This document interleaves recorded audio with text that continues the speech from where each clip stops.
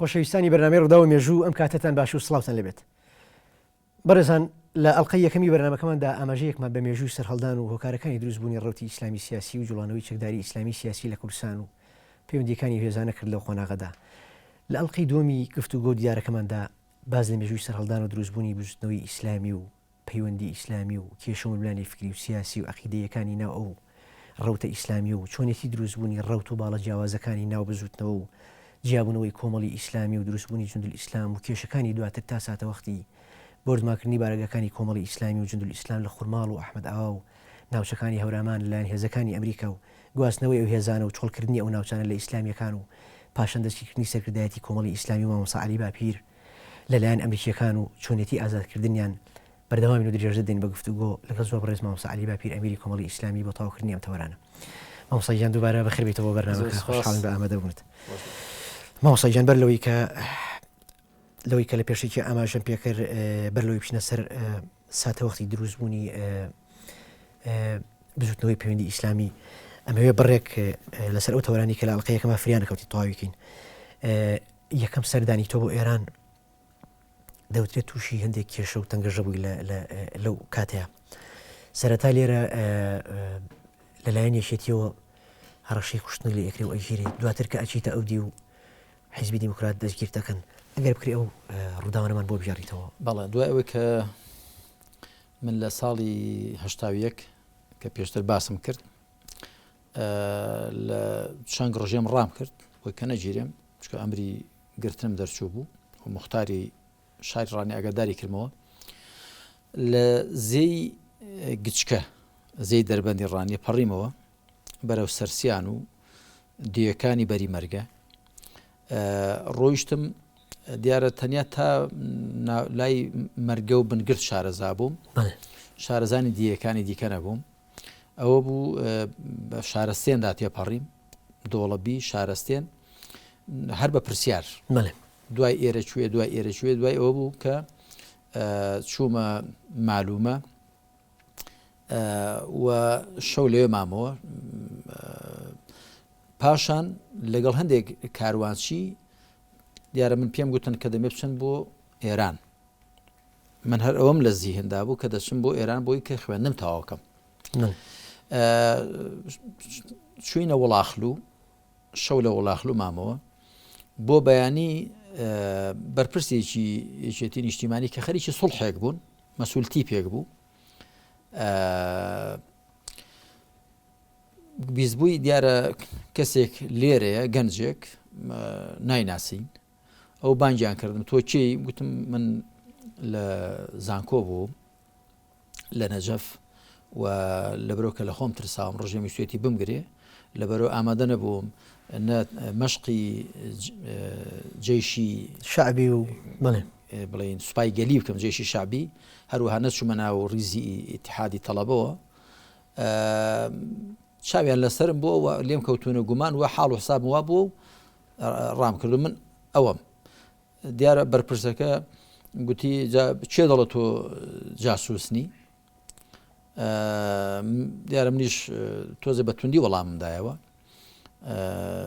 گوتم خۆم لە ئێوە بە کورتتر دەزانم و بە دڵسۆستر دەزانم و چۆن وا دەڵێ بە هەر حاڵ تۆزە مشتمڕمان بوو،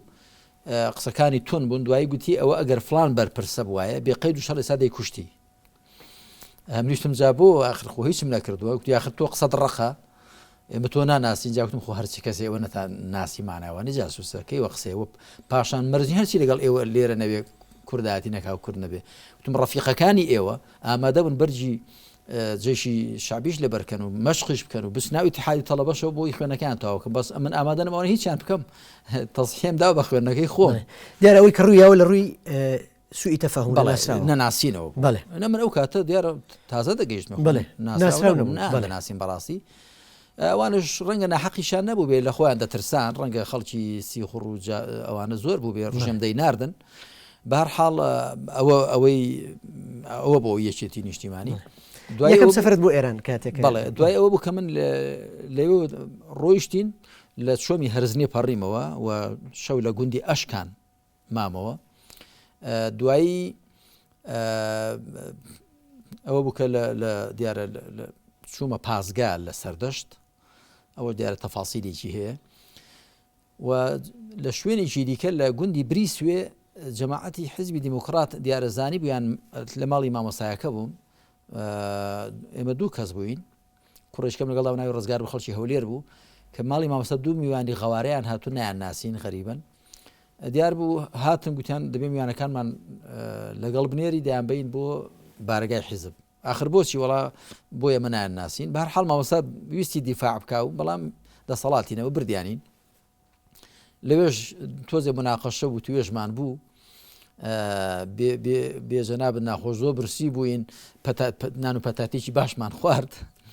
دوای ئەوە بوو کە لەگەڵ خۆیان هێنانی بۆ ڕەبەت شارۆچکەی ڕەبەت لەوێش دووسێ مامۆستامان لێ پەیدا وتیان کاکە ئەوانە دەیانزانیمە بڵێن کە من قسەم لەگەڵ داکەنزانی ئەهلی عیلمین وتیان کاکە ئەوانە مامۆستان و ئەهلی عیلمن و ئێمە دەیان ناسین تەمان لە وڵاخروش بەڕاستی مەلا شێخ جەلالی گاپێڵۆن دیارە لەوێ ئەویش بەرگری لێ کردیم دیموکرات گومانی چیان نەکرد مامۆستا ئەوەی دیموکرات هەر نەیان دەناسین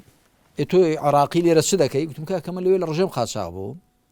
و هاتووم لێرە بخوێنم بۆم نەکراوە بچم بۆ تاران ئێستا هاتووم بۆ کوردستانەکە و بەحساب بەدەست کوردەوەی و ئازادە و دەمێ لێرە بحاوێمەوە یان ئاخرێمە ناتناسی ناوێ لێرەبی ئەوە بوو کە لە ڕەبەت هەندێک لە مامۆستایەکان وتیانەمە دەیناسین و بەرگریان لێکردم دەکتیان مادەم ئێوە زەمانەتی دەکەن و دەیناسن ئەمە حەقما بەسەرەوە نییە لەو ڕۆژگارەیە باس لە هێزێکی ئیسلامی کرێ لە ئێران هێزێکی ئیسلامی کوردی بە ناوی لەشکری پێشمەرگەی مسلمان لەشکری ئیسلامی پێش لەشکری ئیسلامی لەشکری پێشمەرگەی مسلمان کە پێم وابێ مامۆستا ئەحمەدی موفزیزادە سەرپەرشتی ئەو هێزەی کردووە تۆ لەو کاتەیە هیچ هەواڵت لەوە نەبوو هیچ پەیوەندیەک نەبوو لەو هیچ هەواڵم لەوە نەبوو بەس پێمانیە ئەوە ناوەکەی وابوو بێ ئەگەر ناوەکەم بە هەڵە مەکتەبی قورئان پێش مەکتەبی قورئان مەکتەبی قورئانیش هەبوو بەڵام هێزێکە بۆ بناوی لەشکری پێشمەرگەی مسلمانی کوردشتێکی ئالەو بابەتەوەی ئەوەی کە من ئاگادارم بەڵێ ئەوان بە چاکدارەکانی ڕژێمیان دەگوت پێشمەرگەی مسلمان ئێرانیەکان بەڵێ ئەوانەی کە لەگەڵ کە لێرە ئێمە پێمان دەگوتن ناویکی ناشیرمان بۆ بەکاردێنان چەکدارەکانی ڕژێم لێو پیان دەگوتن پێشمەرگەی مسلمان ئەوەم بیستووە ئەو کاتەش دەمان بیست کە دیارە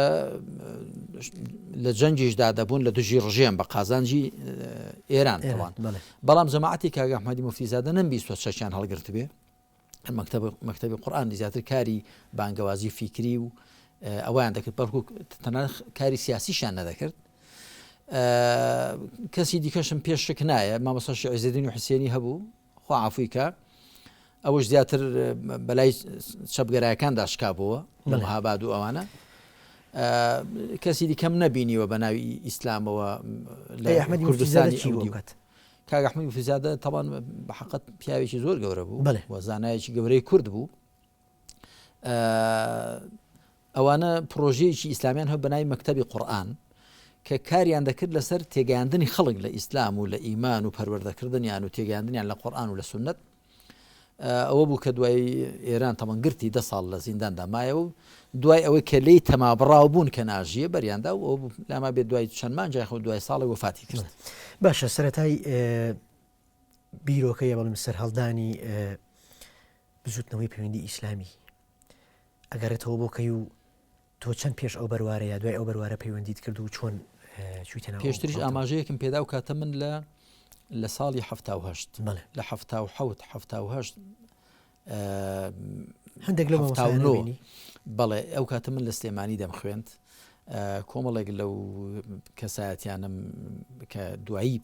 بزوتنەوەی پەیوەندی ئیسلامیان وەکو نەواتێکی ڕێکخراوەیی بنیاتنا عەبدوڕەحمانی نوورسی کە حەسەنی حەمە خالید حاجی ئەحمەدی عەبەدەلاک حاجی مەهدیان پێدەگوت کە کامیلی حاجی عەلی کە ڕەنگە لە خۆناغێکی دواتردا بوو بێ و جەنابی مامۆستا مەلا محەممەدی مەلابەها کە ڕەنگە ئەوە زانیاریی تازەوێ بۆ جەنابەت لێشێ لە کۆبوونەوەکان لە هەڵەبجە بابی مامۆستا سەلاح مامۆستا مەلا محەممەدی مەلابەهادین من یەک جارتەم بە خزمەتی گەیشتم کۆبوونەوەیەکمان بوو لە هەڵەبجە ئەویش لەو کۆبوونەوەدا بوو ئەو کاتە دەیانگوت ئەوە وەکو بڵێ سەرپەرشتیمان دەکا پێش مامۆستا شەم چۆن کۆبوونەوە مەسەن پێشتر چۆن من بەڕاستی ئاگاداری تەفاسیلی وردەکاریەکانی نەبووم ئەی چۆن ئاگادار بووی بەڵام آخر من بحكمي الرفاقة ودوساتي لقال مامۆستا عەبدوڕەحمان نوڕسی و لەگەڵ کاک کەمالی دۆڵپەمەوەی و لەگەڵ کا حەسەنی حەمە خالید و لەگەڵ کا حاجی ئەحمەدی عەبەدەلاک و لەگەڵ کا کامیلی حاجی عەلی و ئەوانە گوتیان کۆبوونەوەیەکمان هەیە دیارە زۆر متمانەشیان بەم نبوو لە ساڵی 1970 بوو ئەوەیان بەڵام وەکو نەواتویک و کاکڵەیەکی ڕێکخراوەی دەتوانم بڵێم زوتنەوەی پەیوەندی ئیسلامی لە ساڵی 1970ەوە کێمە لە مێژوەکەی خۆشماندەوامان نووسێ و لەو کاتە وەکو چەکەرەی کرد و هاوکات لەگەڵەوەش خەڵکێکە بوو لە هەولێریش و لە شوێنەکانی دیکەش بەڵام دیارە خەڵکێکی کەم لەوانەیە بە ژمارەی پەنجەکانی هەردووەستان ژمێردرابن بە پێی زانیاری من بەڵام پێش ئەو مێژوە بوو مامۆستاجان با بیرم نەچێ ئەگەر یەک قەڵسم بیتێ بەر لەو مێژووە لە 1970 تۆ ئەمەشت بۆ کردووە کە دوور و نزیک ئاگایەکت لەو پرۆسی هەبوو پەیوەندیەکت هەبوو پیانەوە بەڵێ ینی بەرلەوەی کە ئەلان کرێت بەرلەوەی کە دەربکەوێت بەڵێ ئەگەر ئەوە جێڕیتەوە وەکو باسم کرد ئەوە یەکەم کۆبوونەوە و یەکەم دانیشتنتان ئێمە ئەو کاتە ئەوە یەکەم کۆبوونەوە نەبوو من لە سلێمانی لە ماڵی مامۆستا عەبدوڕەحمانی نوڕسی لە ماڵی کا حەسەنی حەمە خالید لە دواتر لە ماڵی کاک حاجی مەهدی حاجی ئەحمەد دواتر تەمەن ماڵی کاک کەمال دۆڵپەمەوەی دادەنیشتین قسە و باز دەکرا کە ئێمە پێویستە جموجۆڵێکمان هەبێ و فعلا کۆبوونەوەمان دەکرد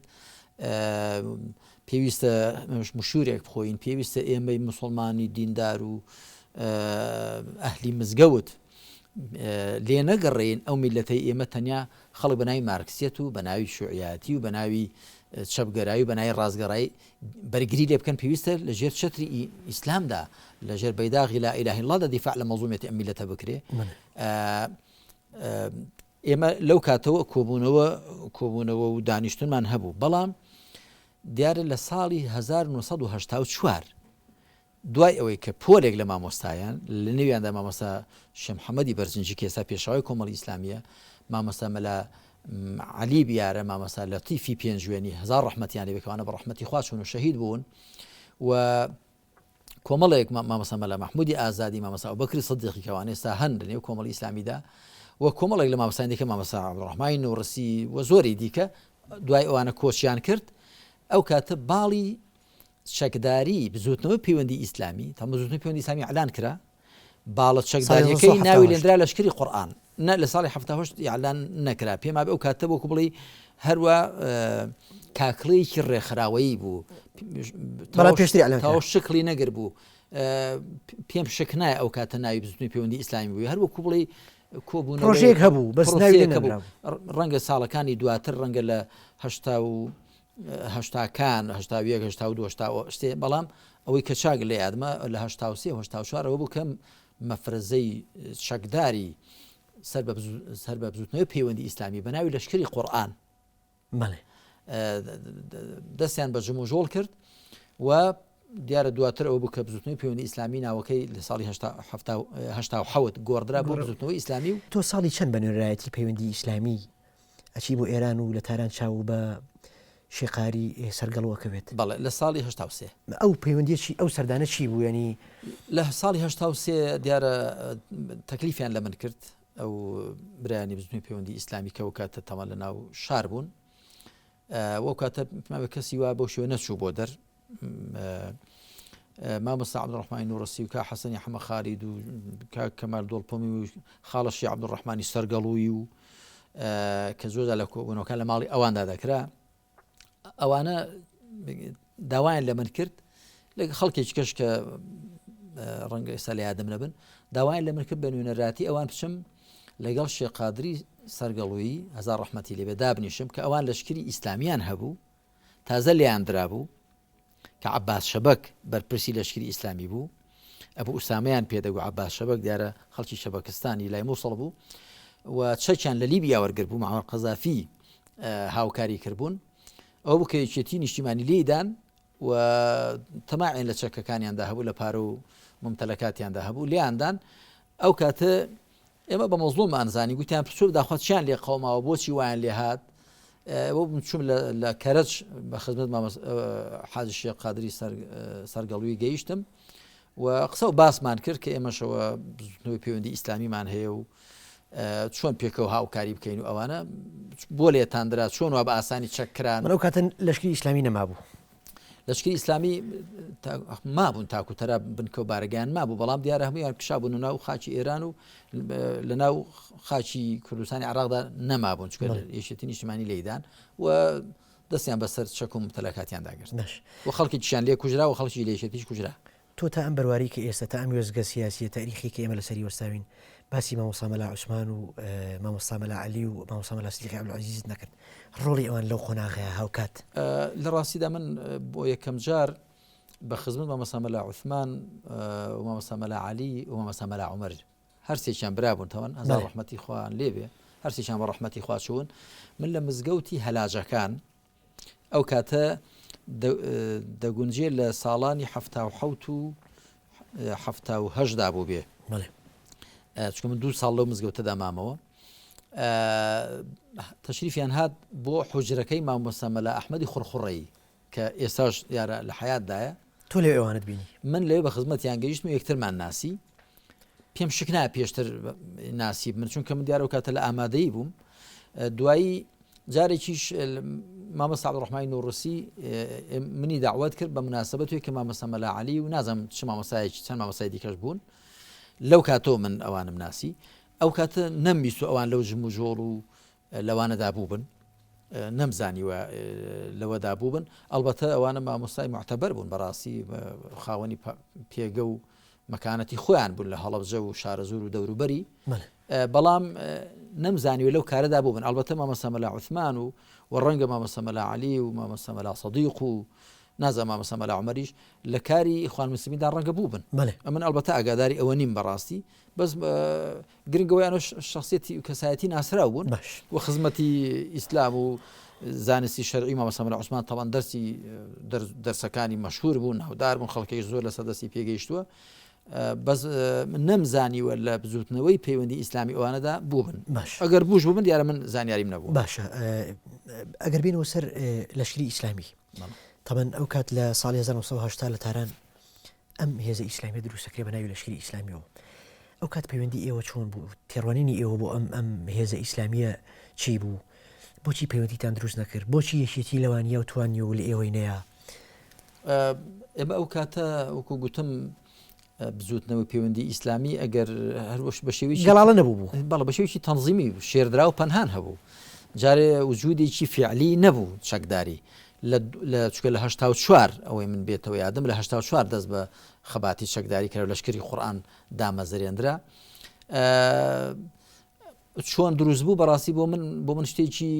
کتوپڕ بوو هەر زانیمان کوتیان لەشکری ئیسلامی پەیدا بووە جا ئایا لەشکری ئیسلامی تەنیا لە 1970 پەیدا بوو لە 1972 پەیدا بوو ئێوە خەبەرتان نەبوو پێش نەخێر گرنگەوەی لە 1972 دقیق لە 1972 بوو لامابێ یەکێتی لێدان و دەستی بەسەر چەک و بنکە و بارەگاکانیاندا گرت و خەڵکێکیان لێ کوژرا و خەڵکێکیان لێ بەدیر گیرا و خەڵکێکی لە یەکێتی کوژران ئێوە بێ ئاگا بوون لەو من خۆم بێ ئاگا بووم بەڕاستی ئاگاداری پێشینەی دروستبوونی لەشکری ئیسلامی نەبوو بەس دەمانزانی کە عەباس شەبەچ بەرپرسی گشتیان بوو حاجی شێخ قادر و کوڕەکانی ئەوانیش خەڵکی متەنەفیذ بوون و دەیانگوت لە لیبیاوە تەمویل دەکرێن و شەچیان دراوەتی و هاوکاری کراون ئەو زانیارە نەمان دەبیست و دوای ئەوەندە مازانی کە لێیان دراوەتە تەمەنەکەیان هێندە درێژ نەبوو بەڕاستی زوو پەیدا بوون و هەڵتۆقین و زووش پوکانەوە سەپارەت بە دروستبوونی لەشکری ئیسلامی هەندێک لەسەر چاوە مێژوویەکان ئەماژە بەوەکەن کە یەکێتی بۆ خۆی لە ڕۆژگارەیە لەگەڵ دروستبوونی ئەو هێزە ئیسلامیایە بوو بەڵام پاش ساڵێک ئەو ڕووداوە ڕوئەیە ئێوە نە لە دروستبوونی و نە لە توانەوەی خەبەرتان نەبوو من خەبەرم هەبوو لە توانەوەی زانیمان بیسماکە لە لەشکری ئیسلامی درا بۆچی ئەوەندەی کە ئێوە ئاگادار ئەوەی من بەڕاستی ئاگاداری وردەکاریەکان نیم من عادەتیشم شتێک ئاگادار نەبم قسەی لێ بکەم بەڵام بە بۆچوونی خۆم ئەو کاتە وا باو بوو دەیانگوت یەکێتی پێویستی بە چەکە پێویستی بە پارە بووە ئەوانش پارە و چەکێکی باشیان هەبووە ممتلەکاتی باشیان هەبووە لە چەکی قورس و سووک و دۆشکە و بیکەسی و بە تایبەت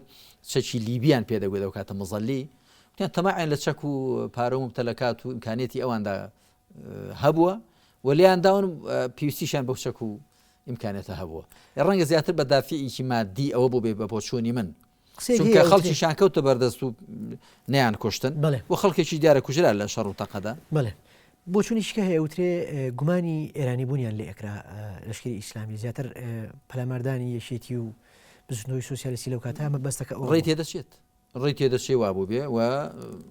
و دوایش ئەوە بکەوان چوونە ئێران. من دوای عباشە شەبەکم بە یەکەم جار و دوجار بینی لە نەقەدە بینیم و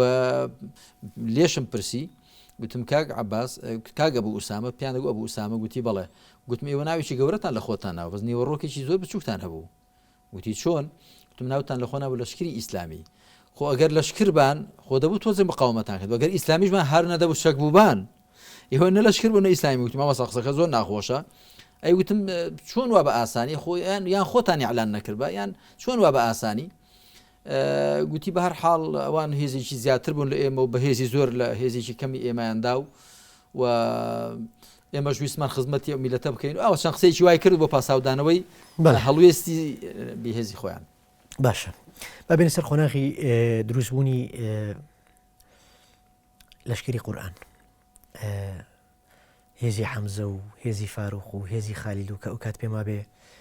مامۆستا عەلی باپیر بەرپرسی فەرماندەی هێزی حەمزە ئەبێت. ئەم لەشکری قورئانە چۆن دروست بوو؟ بیرۆکەی شێ بوو؟ هێزەکانی تر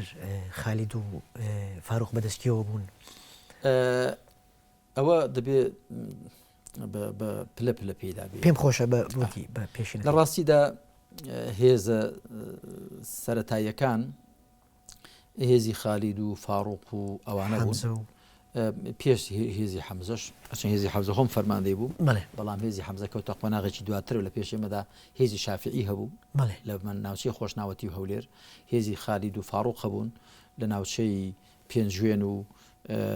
ناوچەکانی دیکە قەرەدا و ئەوانە هەبوون. دوایی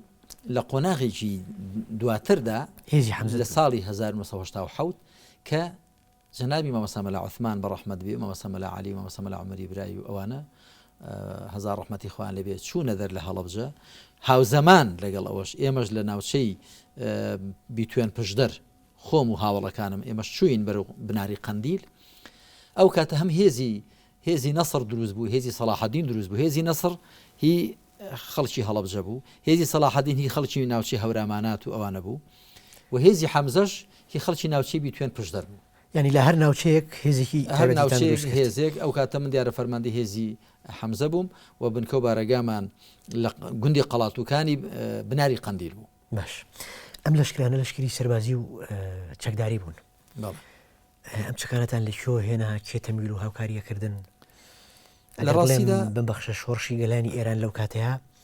چەند دافعیشی باش هۆکار و پاڵپشت و باگراوندێکی باش و بۆ گەشەکردن و دروستبوونی ئێوە زۆر دیار ئەو کاتە لە کەس شێردراوانی و کەسی ناتوانێت نکۆڵی لەو ڕاستیە بکە کە کۆماری ئیسلامی ئێران یارمەتی معارضەی عراقی دەدا بەگشتە لە خۆشەویستی نەبوو ئێوە لەوەی کە دژمنەکەم یارمەتی هەموو لایەکی دەدا. ینی پێم وانێ هێزێک بوو بێت کۆماری ئیسلامی یارمەتی نەدابێ بە پارە بە چەک بە پێداویستیانی کە پێویستن. ئێمەش دیارەوەکو هێزێکی ئیسلامی خۆ دیارە زیاتر بە حسابی خۆم بەشمان هەبوو بە کۆماری ئیسلامی ئیسلامیەکە بڵێ بەڵام لێرە دەمێ شتێکی خۆشت بۆ بجێڕمە شتێکی مێژووی بۆ یەکەم جار کە ئێمە ویستمان بنکە و بارەگای هێزی حەمزە لە گوندی قەڵاتووکانی بناری قەندیلدا بمەزرێنین برایانم ناردەوە بە شەکی خۆمان هەندێک چەکمان هەبوو لە ناو شار واتە ئێمە بە ئیمکانێتی زیاتی خۆ هەندێک چەکمان کڕی بۆ هەندێک کەلوپەل و بارەگاماندا نابوو 12 برایەک لە گوندی قەڵاتووکاندا مەزراندن. ئەو جا من چوومۆکو فەرماندە هێزی حەمزە جەنابی مامۆستا مەلا عوثمانیش بەڕەحمەت بێ لێ بوو کۆمەڵێک لە بەرپرسانی ئەو کاتەی بزوتنەوەی ئیسلامی دوای ئەو کەناوەکە گۆڕدرا لە بزوتنەوەی پەیوەندیەوە پەیوەندی ئیسلامی بۆ بزوتنەوەی ئیسلامی دانیشتین لەگەڵ زوڵقەدر ئەو کاتە فەرماندەی هێزی فەرماندەی قەرارگای ڕەمەزان بوو کە دوایی زوڵقەدر ئێستا لاما بە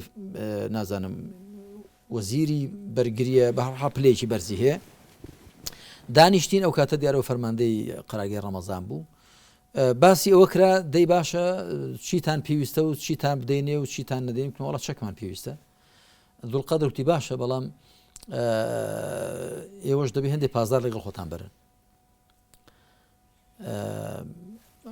پێویست ناکە ناوی کەس بێن ئەوی کە لە مەجلیسەکە بگوتیان ڕاستە هەندێک پازار لەگەڵ خۆتان برن من گوتم یەک پازاری جەگەڵ خۆم نابم بۆچی زوڵقەدر وتی چۆن ئەڵبەتە ئەوە تۆزە فارسیەکەم دەزانی بماشە مامۆستاگیان پشوویە گۆرەگرین و وچانێکی کورت و دواتر درێژە بەخسەکەمی بەڕێزان پشوویەک و دواتر ئەگەڕێنەوە بۆلاتەن.